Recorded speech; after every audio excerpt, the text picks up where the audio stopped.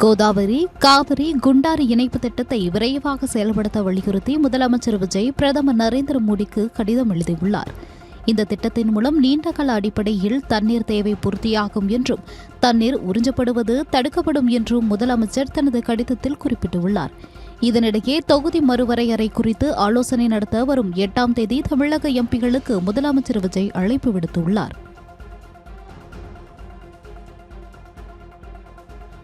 ஆன்லைனில் மது விற்பனை செய்யப்பட உள்ளதாக வெளியான தகவலை அமைச்சர் விக்னேஷ் மறுத்துள்ளார். இதுகுறித்து விளக்கமளித்துள்ள அவர், ஆன்லைனில் மதுபானம் வாங்க ஆர்டர் மட்டுமே செய்ய முடியும் என்றும், ஆனால் மதுபானங்களை டாஸ்மாகில் சென்றுதான் வாங்க முடியும் என்றும் கூறினார். பரந்துரை விமான நிலையத்தை கைவிடுவதாக தமிழக அரசிடமிருந்து கடிதமோ கோரிக்கையோ வரவில்லை என நாடாளுமன்றத்தில் மத்திய அரசு விளக்கம் அளித்துள்ளது. இது தொடர்பாக மக்களவையில் திமுக எம்பி தயாநிதி மாறன் எழுப்பிய கேள்விக்கு மத்திய அரசு பதில் அளித்துள்ளது. முதலமைச்சர் விஜய் சங்கீதா விவகாரத்து வழக்கு செங்கல்பட்டு மாவட்ட நீதிமன்றத்தில் வெள்ளிக்கிழமை நடைபெறுகிறது. முதலமைச்சர் விஜய் சங்கீதா ஆகியோர் வீடியோ கான்பரன்சின் மூலம் ஆஜராக உள்ளதாக கூறப்படுகிறது.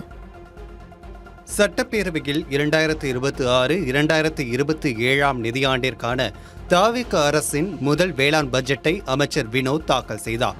வேளாண்மையையும் விவசாயிகளையும் பாதுகாக்க தவிக அரசு உறுதி பூண்டுள்ளதாக அவர் தெரிவித்தார்.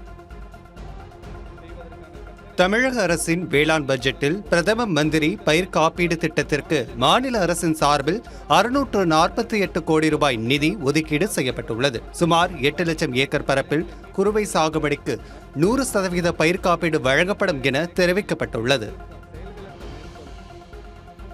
நீர் மேலாண்மைக்கான துளி துளி தண்ணீர் திட்டம் செயல்படுத்தப்படும் என்று வேளாண் பட்ஜெட்டில் அறிவிக்கப்பட்டுள்ளது. இதற்காக 785 கோடி ரூபாய் நிதி ஒதுக்கீடு செய்யப்பட்டுள்ளதாகவும் தெரிவிக்கப்பட்டுள்ளது. தமிழக அரசின் வேளாண் பட்ஜெட்டில் பயிர் வகைகள் எண்ணெய் வித்து பயிர்களில் தன்னிறைவுக்கான இயக்கத்திற்காக 203 கோடி ரூபாய் நிதி ஒதுக்கீடு செய்யப்பட்டுள்ளது. மக்கா சோளத்தின் உற்பத்தியை அதிகரிக்க 36 கோடி ரூபாய் வழங்கப்படும் என்றும் அறிவிக்கப்பட்டுள்ளது. நெல் விதை உற்பத்தி விநியோக மானியத்திற்கான மாநில அரசின் சிறப்பு திட்டத்திற்கு சுமார் 34 கோடி ரூபாய் நிதி வழங்கப்படும் என்று அறிவிக்கப்பட்டுள்ளது. சுமார் 7 கோடி ரூபாயில் விதை சுத்திகரிப்பு திறனை அதிகரிக்க 3 புதிய விதை சுத்திகரிப்பு நிலையங்கள் அமைக்கப்படும் எனவும் தெரிவிக்கப்பட்டுள்ளது. எல் நினோ தாக்கத்தால் 12 மாவட்டங்களில் அதிக பாதிப்பு ஏற்பட வாய்ப்புள்ளதாக வேளாண் பட்ஜெட்டில் தெரிவிக்கப்பட்டுள்ளது. பாதிப்பை குறைக்க வேளாண் பல்கலைக்கழகம் தயாரித்துள்ள திட்டத்தை நடைமுறைப்படுத்த முடிவு செய்யப்பட்டுள்ளதாகவும் அறிவிக்கப்பட்டுள்ளது. வல்லரசாகும் முன்பு விவசாயிகளின் அரசாக மாற வேண்டும் என்பதே முதலமைச்சர் விஜயின் கொள்கை என்று வேளாண் துறை அமைச்சர் வினோத் புகழாரம் சூட்டியுள்ளார். முதலமைச்சர் கோட் சூட் அணிந்த விவசாயி என்றும் அவர் தெரிவித்துள்ளார். தமிழ்நாடு அரசின் நிதி நிலைமை மிக மோசமான நிலையில் உள்ளது எனவும், நிதி ஆதாரத்தை பெருக்க திமுக அதிமுக ஆட்சி காலத்தில் என்ன நடவடிக்கை எடுக்கப்பட்டது எனவும் தமிழக சட்டத்துறை அமைச்சர் CTR நிர்மல்குமார் தெரிவித்துள்ளார். சட்டப்பேரவை வளாகத்தில் செய்தியாளர்களை சந்தித்த அவர் இதனை தெரிவித்தார். ஒகேனக்கல் காவிரி கரையோர பகுதிகளில் கருப்பு நிற நுரைகள் தேங்கி காணப்படுவது பொதுமக்களிடையே அதிர்ச்சியை ஏற்படுத்தியுள்ளது. பெங்களூரு உள்ளிட்ட நகரங்களில் இருந்து வெளியேறும் கழிவுநீர் காவிரியில் கலந்ததால் ஒகேனக்கலுக்கு வந்த நீர் பச்சை நிறத்தில் காணப்பட்டதாக அப்பகுதி மக்கள் குற்றம் சாட்டியுள்ளனர். இந்த நீரை பயன்படுத்தியவர்களுக்கு உடல் அரிப்பு, குழந்தைகளுக்கு உடல்நல குறைபாடுகள் ஏற்பட்டதாகவும் கூறப்படுகிறது. திமுக அரசின் திட்டங்களுக்கு தவிக அரசு வெற்றி என்ற லேபிளை மட்டும் ஒட்டியுள்ளதாக திமுக தலைவர் மு.க. ஸ்டாலின் விமர்சித்துள்ளார். இதுகுறித்து அவர் தனது எக்ஸ் தளத்தில் வெளியிட்டுள்ள பதிவில், வறட்சி பாதிப்பு குறித்து உரிய அறிவிப்புகள் இடம்பெறாமல் அரசை புகழ்வதற்கே அறிக்கை பயன்படுத்தப்பட்டுள்ளதாக குற்றம் சாட்டினார். வேளாண் பட்ஜெட்டில் உருப்படியாக எந்த திட்டமும் இல்லை என எதிர்க்கட்சித் தலைவர் உதயநிதி ஸ்டாலின் விமர்சித்துள்ளார். பயிர்க்கடனை முழுமையாக தள்ளுபடி என்று கூறிவிட்டு தவிக ஏமாற்றிவிட்டதாகவும் அவர் தெரிவித்துள்ளார். சட்டப்பேரவை வளாகத்தில் உதயநிதி ஸ்டாலின் காரில் ஏறி செல்ல எடப்பாடி பழனிசாமி முயன்ற சம்பவத்தால் சிறிது நேரம் பரபரப்பு நிலவியது. இருவரது காரும் ஒரே நிறம் என்பதால் குழப்பம் ஏற்பட்டதாக கூறப்படுகிறது. ஏற்கனவே இதேபோன்று ஒரு சம்பவம் நிகழ்ந்த நிலையில் அது குறித்து உதயநிதி நகைச்சுவையாக பேசியிருந்தார் என்பது குறிப்பிடத்தக்கது. எல்லை தாண்டி மீன்பிடித்ததாக கூறி ராமேஸ்வரம் மீனவர்கள் 11 பேர் கைது செய்யப்பட்ட சம்பவம் அதிர்ச்சியை ஏற்படுத்தியுள்ளது. ராமேஸ்வரம் மீன்பிடி துறைமுகத்தில் இருந்து 500க்கும் மேற்பட்ட விசைப்படகுகளில் கடலுக்கு சென்ற மீனவர்கள் கச்சத்தீவு அருகே மீன்பிடித்துக் கொண்டிருந்தனர். அப்போது ரோந்து வந்த இலங்கை கடற்படையினர் எல்லை தாண்டி மீன்பிடித்ததாக கூறி 11 மீனவர்களை கைது செய்து அழைத்து சென்றனர். தாவேக அரசின் முதல் வேளாண் பட்ஜெட்டில் விவசாயிகளுக்கு ஏமாற்றம்தான் மிஞ்சியது என எடப்பாடி பழனிசாமி விமர்சித்துள்ளார். தேர்தல் நேரத்தில் இனிக்க பேசிவிட்டு தாவேக ஏமாற்றிவிட்டதாகவும் இபிஎஸ் சாடியுள்ளார். சைவ வைணவ சமயங்கள் மற்றும் பெண்கள் குறித்து சர்ச்சைக்குரிய வகையில் பேசியதாக தொடரப்பட்ட வழக்கில் முன்னாள் அமைச்சர் பொன்முடிக்கு பிடிவாரண்ட் பிறப்பிக்கப்பட்டுள்ளது. இந்த வழக்கில் பொன்முடியை செப்டம்பர் 2ஆம் தேதிக்குள் கைது செய்து ஆஜர்படுத்த காவல்துறைக்கு ஜார்ஜ் டவுன் நீதிமன்றம் உத்தரவிட்டுள்ளது. அதிமுக முன்னாள் அமைச்சர்கள் எஸ்பி வேலுமணி, சி.வி. சண்முகம் ஆகியோர் அமைச்சர் ஆனந்தை சந்தித்த சம்பவம் அரசியல் வட்டாரத்தில் பரபரப்பை ஏற்படுத்தியுள்ளது. பின்னர் செய்தியாளர்களிடம் பேசிய எஸ்பி வேலுமணி தான் தாவேகாவில் செல்ல இருப்பதாக தவறான தகவல் பரப்பப்படுவதாக தெரிவித்தார். அதிமுக பொதுச் செயலாளர் எடப்பாடி பழனிசாமியை ஏன் சந்திக்க வேண்டும் என்று அக்கட்சியின் மூத்த தலைவர் சி.வி. சண்முகம் கேட்டிருப்பது மீண்டும் சலசலப்பை ஏற்படுத்தியுள்ளது. அமைச்சர் ஆனந்தை எஸ்பி வேலுமணி, சி.வி. சண்முகம் ஆகியோர் தலைமைச் செயலகத்தில் சந்தித்து பேசினர். இந்த சந்திப்பிற்கு பிறகு செய்தியாளர்களை சந்தித்த சி.வி. சண்முகம், அதிமுக பொதுச் செயலாளர் எடப்பாடி பழனிசாமிக்கும் தங்களுக்கும் எந்தவித சம்பந்தமும் இல்லை என்று கூறினார். பணி நிரந்தரம் உள்ளிட்ட கோரிக்கைகளை வலியுறுத்தி தமிழ்நாடு முழுவதும் அரசு மருத்துவக் கல்லூரிகளில் பணிபுரியும் செவிலியர்கள் போராட்டத்தில் ஈடுபட்டனர். ஸ்டாஃப் நர்ஸ் பதவியை நர்சிங் ஆபீசர் என மாற்றம் செய்ய வேண்டும் என்பது உள்ளிட்ட கோரிக்கைகளை நிறைவேற்ற வலியுறுத்தி அவர்கள் முழக்கங்களை எழுப்பினர். தஞ்சாவூர் பட்டுக்கோட்டை புதிய ரயில் பாதை திட்டத்திற்கான நிலத்தை கையகப்படுத்த தமிழக அரசு அரசாணை வெளியிட்டுள்ளது. ஏற்கனவே மன்னார்குடி பட்டுக்கோட்டை புதிய பாதை திட்டத்திற்கு நிலம் கையகப்படுத்த அரசாணை வெளியிடப்பட்டது. அதன் தொடர்ச்சியாக தற்போது தஞ்சாவூர் பட்டுக்கோட்டை புதிய பாதை திட்டத்திற்கும் நிலம் கையகப்படுத்த அரசாணை வெளியிடப்பட்டுள்ளது. மதுரை மாவட்டம் அலங்காநல்லூர் அருகே மதுபோதையில் லாரியை இயக்கி வந்து 10க்கும் மேற்பட்ட வாகன ஓட்டிகள் மீது மோதி விபத்தை ஏற்படுத்தி நிற்காமல் சென்ற இளைஞரை பிடித்து பொதுமக்கள் தர்மஅடி கொடுத்துள்ளனர். நகரி பகுதியிலிருந்து ஆரோக்கியா பால் நிறுவன வாகனத்தை விக்கிரமங்கலத்தை சேர்ந்த வாலிபர் ஜெயபிரகாஷ் என்பவர் மதுபோதையில் இயக்கி சென்றதாக கூறப்படுகிறது. அவரை பொதுமக்கள் சுற்றி வளைத்து பிடித்தனர்.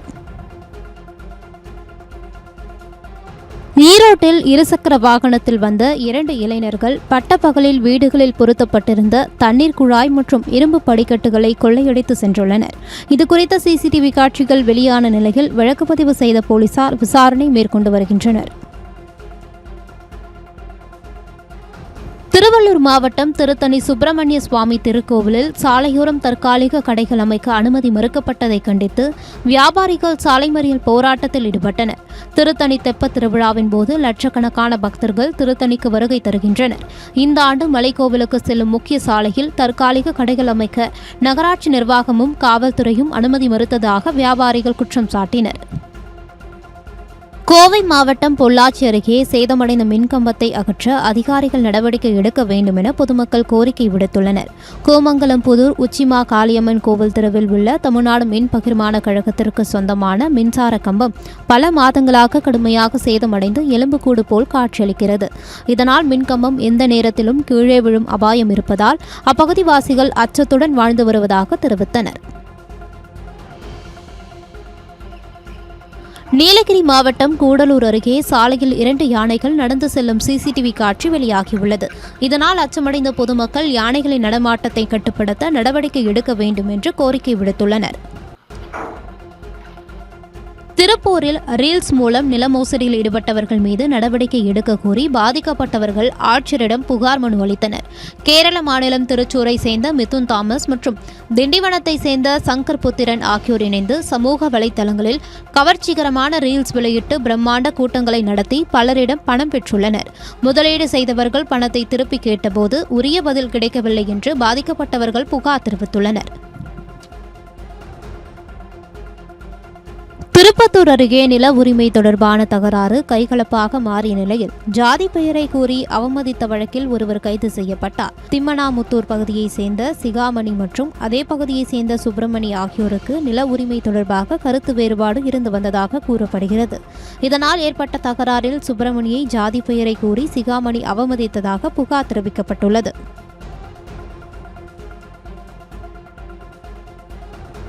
தென்காசி மாவட்டம் குற்றாலம் ஐந்தருவியில் பெண்கள் குளிக்கும் பகுதிக்கு வெள்ள நீரில் அடுத்து வரப்பட்ட உடும்பை பார்த்து பெண்கள் அச்சமடைந்தனர். கடந்த சில நாட்களாக மேற்கு தொடர்ச்சி மலை பகுதிகளில் பெய்த கனமழையால் குற்றால அருவிகளில் நீர்வரத்து அதிகரித்துள்ளது. தற்போது அனைத்து அருவிகளிலும் சீரான தண்ணீர் வரத்து நிலவி வருவதால் சுற்றுலா பயணிகள் உற்சாகமாக குளித்து மகிழ்ந்து வருகின்றனர். இந்நிலையில் குற்றாலம் ஐந்தருவியில் மலைப்பகுதியில் இருந்து வெள்ள நீரோடு உடும்பு ஒன்று அடித்து வரப்பட்டது. தண்ணீரில் தத்தளித்த அந்த உடும்பை பார்த்த பெண்கள் முதலை என நினைத்து அச்சமடைந்து கூச்சலிட்டதால் பரபரப்பு ஏற்பட்டது.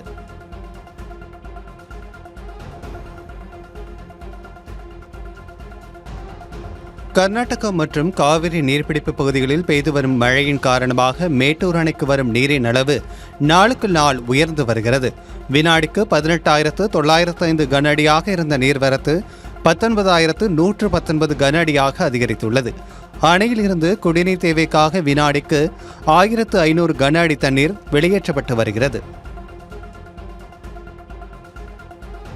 பழனி நிலமோசடி வழக்கில் சார்பதிவாளர் ஜஸ்டின் மணிகண்டனை சிபிசிஐடி போலீசார் கைது செய்தனர்.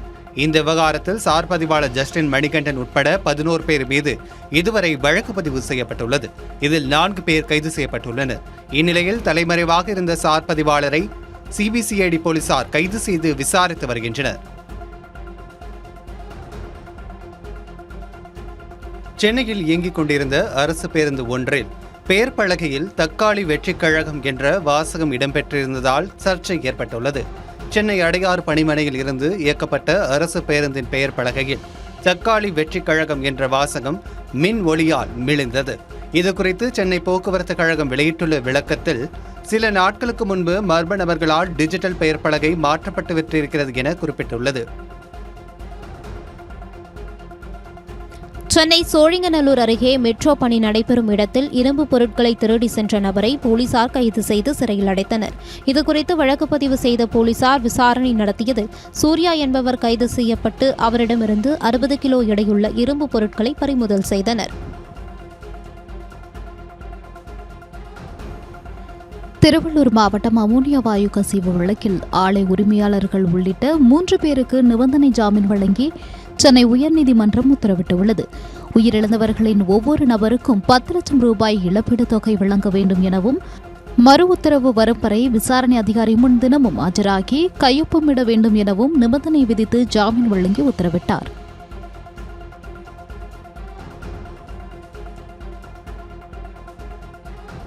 கோவையில் பேருந்தில் வந்த கல்லூரி மாணவியிடம் பாலியல் சீண்டலில் ஈடுபட்ட குற்றப்பிரிவில் பணியாற்றி வரும் காவலரை போலீசார் கைது செய்தனர். பொள்ளாச்சியிலிருந்து கோவை நோக்கி சென்ற பேருந்தில் பயணம் செய்த போத்தனூர் குற்றப்பிரிவு காவலர் மணிவேந்தன் அதே பேருந்தில் பயணித்த கல்லூரி மாணவியிடம் பாலியல் சீண்டலில் ஈடுபட்டதாக கூறப்படுகிறது. கைது செய்யப்பட்ட போலீசார் மணிவேந்தனிடம் போலீசார் விசாரணை மேற்கொண்டு வருகின்றனர்.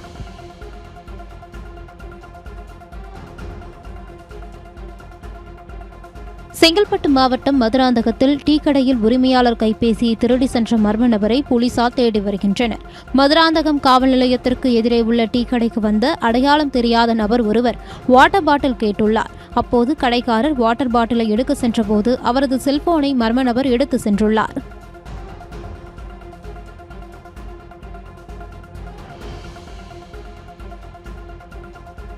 விழுப்புரம் மாவட்டம் வானூர் அருகே வேன் டயர் வெடித்து விபத்துக்குள்ளானதில் 20க்கும் மேற்பட்ட பெண்கள் அதிர்ஷ்டவசமாக உயிர் தப்பினர்.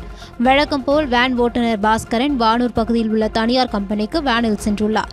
வேன் ரங்கநாதபுரம் அருகே வந்து கொண்டிருந்த போது எதிர்பாராத விதமாக வேனின் டயர் வெடித்ததில் கட்டுப்பாட்டை இழந்து கவிழ்ந்தது.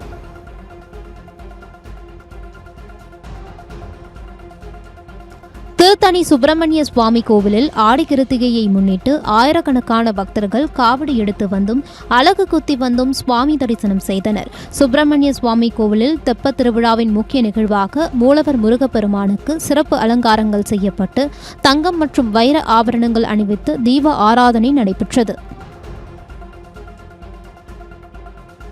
புதுச்சேரி மாநிலம் காரைக்கால் அடுத்த திருநள்ளாறு தர்பாரண்யேஸ்வரர் ஆலயத்தில் ஆடி மாத தேய்பிறை அஷ்டமியை முன்னிட்டு ஸ்ரீ பைரவருக்கு சிறப்பு அபிஷேக ஆராதனை நடைபெற்றது.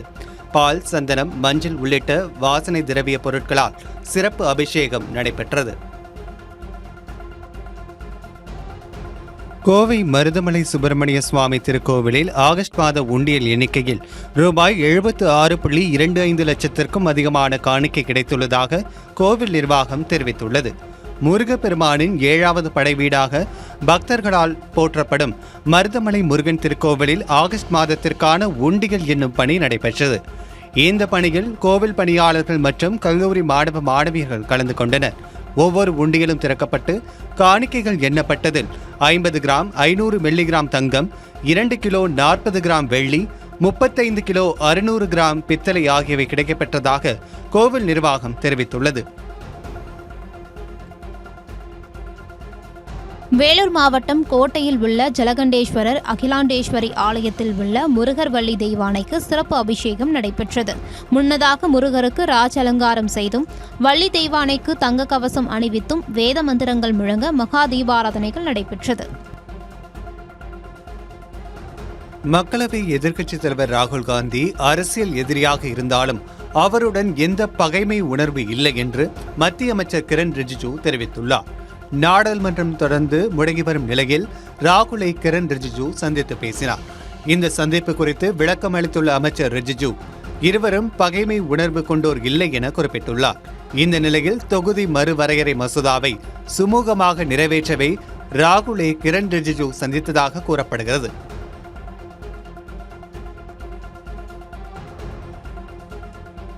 நீதித்துறை அதிகாரிகளின் ஓய்வு பெறும் வயதை 60க்கும் மேல் உயர்த்துவதை எதிர்க்கும் மாநிலங்கள் தங்கள் நிலைப்பாட்டை செப்டம்பர் 2ஆம் தேதிக்குள் மறுபரிசீலனை செய்ய வேண்டும் என்று உச்சநீதிமன்றம் கேட்டுக் கொண்டுள்ளது. அகில இந்திய நீதிபதிகள் சங்கம் தாக்கல் செய்த மனு இந்திய தலைமை நீதிபதி சூரியகாந்த் மற்றும் நீதிபதிகள் ஜாய் மல்யா பாக்சி, பி மோகன் ஆகியோர் அடங்கிய அமர்வு முன்பு விசாரணைக்கு வந்தது. அப்போது நீதித்துறை தீர்ப்புக்கு பதிலாக மாநில அரசுகளே சுயமாக முடிவெடுப்பது சிறப்பாக இருக்கும் என்று கூறியது.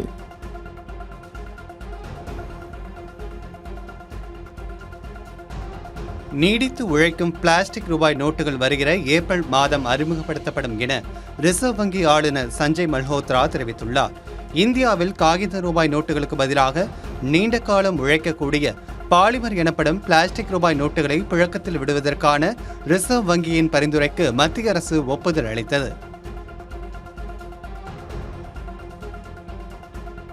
மராட்டிய மாநிலத்தில் அனலாக் பன்னீர் எனப்படும் செயற்கை பன்னீரின் உற்பத்தி மற்றும் விற்பனைக்கு ஓராண்டு தடை விதித்து அம்மாநில அரசு உத்தரவிட்டுள்ளது. இதுகுறித்து உணவு பாதுகாப்புத்துறை வெளியிட்டுள்ள அறிவிப்பில், மீறுவோருக்கு குறைந்தபட்சம் 6 மாத சிறை தண்டனை மற்றும் 1 லட்சம் ரூபாய் அபராதம் விதிக்கப்படும் என அதில் குறிப்பிடப்பட்டுள்ளது. குஜராத் மாநிலம் சத்ரால் பகுதியில் உள்ள ஹாப்பி ஆயில் இண்டஸ்ட்ரியல் ஆலையில் 1,67 லட்சம் ரூபாய் மதிப்பிலான போலி நாட்டு நெய் பறிமுதல் செய்யப்பட்டது. மாதந்தோறும் சுமார் 30,000 லிட்டர் போலி நெய் தயாரித்து முன்னணி பிராண்டுகளின் பெயர்களில் சந்தையில் விற்பனை செய்தது தெரியவந்தது. மேற்கு வங்கத்தின் கஜோல் பகுதியில் கணக்கில் வராத 41 லட்சம் ரூபாய் மற்றும் 568 கிராம் பிரவுன் சுகருடன் வந்த 2 இளைஞர்களை காவல்துறையினர் கைது செய்தனர். ரங்கவிடா சந்திப்பில் இருசக்கர வாகனத்தில் வந்த இருவரை காவல்துறையினர் மடக்கி பிடித்தனர். கைப்பற்றப்பட்ட பிரவுன் சுகரின் சர்வதேச சந்தை மதிப்பு பல லட்சம் ரூபாய் என அதிகாரிகள் தெரிவித்தனர்.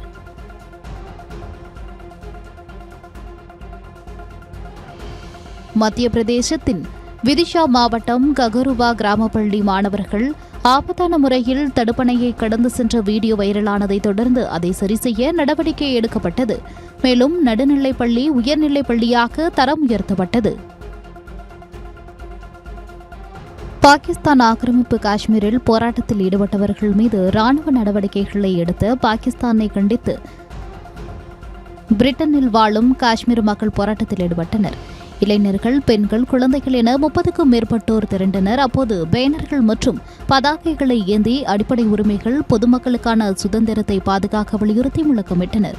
பாகிஸ்தான் ராணுவத்தால் மேற்கொள்ளப்பட்ட மனித உரிமை மீறல்களை சர்வதேச சமூகத்தின் கவனம் பெற செய்வதற்காகவே இந்த அமைதி பேரணி நடத்தப்படுவதாக போராட்டத்தில் ஈடுபட்டவர்கள் தெரிவித்தனர்.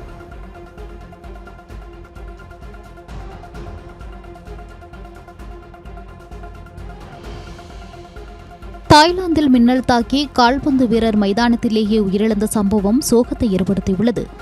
தென் தாய்லாந்தில் உள்ள சுங்கை கோலோக் பகுதியில் சாம்குலட்ஸ் அபுயக்ஸ் அணிகளுக்கு இடையே கால்பந்து போட்டி நடந்தது. அப்போது சாம்குலட்ஸ் அணியின் 24 வயது வீரரான சோஃபியான் அவேப் மீது திடீரென மின்னல் தாக்கியது. இதில் நிலை குலைந்த அவர் மைதானத்திலேயே சுருண்டு விழுந்து சம்பவ இடத்திலேயே உயிரிழந்தார்.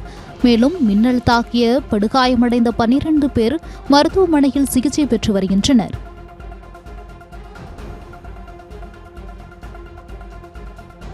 பாலியல் வன்கொடுமை வழக்கில் குற்றம் சாட்டப்பட்டிருந்த தருண் தேஜ்பாலுக்கு 10 ஆண்டுகள் சிறை தண்டனை விதித்து மும்பை உயர்நீதிமன்றம் தீர்ப்பளித்துள்ளது. கோவாவில் நட்சத்திர ஹோட்டல் ஒன்றில் தெஹல்கா இதழின் நிறுவனர் தருண் தேஜ்பால் தன்னை பாலியல் ரீதியாக துன்புறுத்தியதாக பெண் ஒருவர் கடந்த 2013ஆம் ஆண்டு குற்றம் சாட்டியிருந்தார். இந்த வழக்கை தருண் தேஜ்பாலை கோவா செஷன்ஸ் நீதிமன்றம் 2021ஆம் ஆண்டு விடுவித்தது. இதை எதிர்த்து கோவா அரசு மும்பை உயர்நீதிமன்றத்தில் மேல்முறையீடு செய்தது. விசாரணை முடிந்த நிலையில் தருண் தேஜ்பாலுக்கு 10 ஆண்டுகள் சிறை தண்டனை விதித்து மும்பை நீதிமன்றம் தீர்ப்பளித்துள்ளது. மேலூரில் சட்டவிரோத மணல் குவாரி வழக்கில் அதிகாரிகள் மீது துறை ரீதியான நடவடிக்கை எடுக்க சென்னை உயர்நீதிமன்ற மதுரை கிளை அமர்வு உத்தரவிட்டுள்ளது. கனிம வளத்துறை அதிகாரிகள் நேர்மையாக செயல்படவும் அறிவுறுத்தப்பட்டுள்ளது.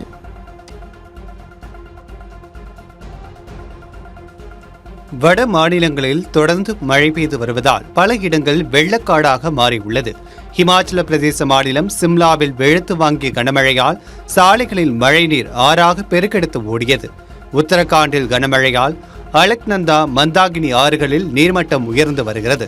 கரையோர மக்கள் பாதுகாப்பான இடங்களுக்கு செல்ல அறிவுறுத்தப்பட்டுள்ளனர். மாநிலங்களுக்கு நியாயமான நிதி பகிர்வு கோரி வெள்ளிக்கிழமை சட்டப்பேரவையில் தனி தீர்மானம் கொண்டுவரப்பட உள்ளது. தமிழ்நாட்டின் நிதி நலன்களை பாதுகாக்க வலியுறுத்தும் வகையில் இந்த தீர்மானம் நிறைவேற்றப்பட உள்ளது.